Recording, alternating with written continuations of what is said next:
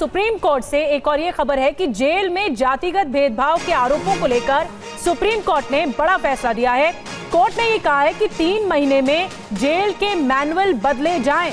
Court ने कहा है कि मौजूदा जेल मैनुअल में कई गड़बड़ियां हैं। अदालत ने कहा है कि संविधान ने समानता का अधिकार दिया है और इसीलिए कैदियों से जाति पूछने का कॉलम नहीं होना चाहिए।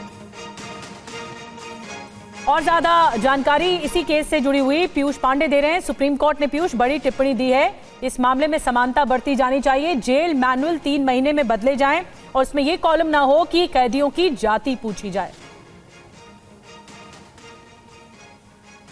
बिल्कुल निधि, देखिए ये स्पष्ट तौर पर सुप्रीम कोर्ट ने अपने फैसले में कह दिया है कि जो जातियां पूछी जाती हैं, जब वहां फॉर्म भरा जाता है, जेल में कैदी जब पहुंचते हैं तो उनसे जाति भी पूछी जाती है और उसी के आधार पर जो मैनुअल्स थे जेलों में उनके आधार पर काम भी बांटा गया था। तो उन सभी मैनुअलों को एक तरह से सुप्रीम कोर्ट ने असंवैधानिक करार दे दिया है और ऐसा मैनुअल उत्तर प्रदेश में भी था और इसी वजह से सुप्रीम कोर्ट ने अपने फैसले में साफ किया है कि किसी भी तरह से जाति नहीं पूछी जानी चाहिए और इसी के बेसिस पर जो काम दिया जाता था, यानी कि जो ऐसे भी काम थे जिसमें यह माना जाता था कि अस्पृश्यता है, कोई खाना बनाएगा या किस जाति के आधार पर खाना बनाना तय किया जाएगा, ये भी नहीं किया जा सकता क्योंकि पहले से स्पष्ट तौर पर कानून है अस्पृश्यता का।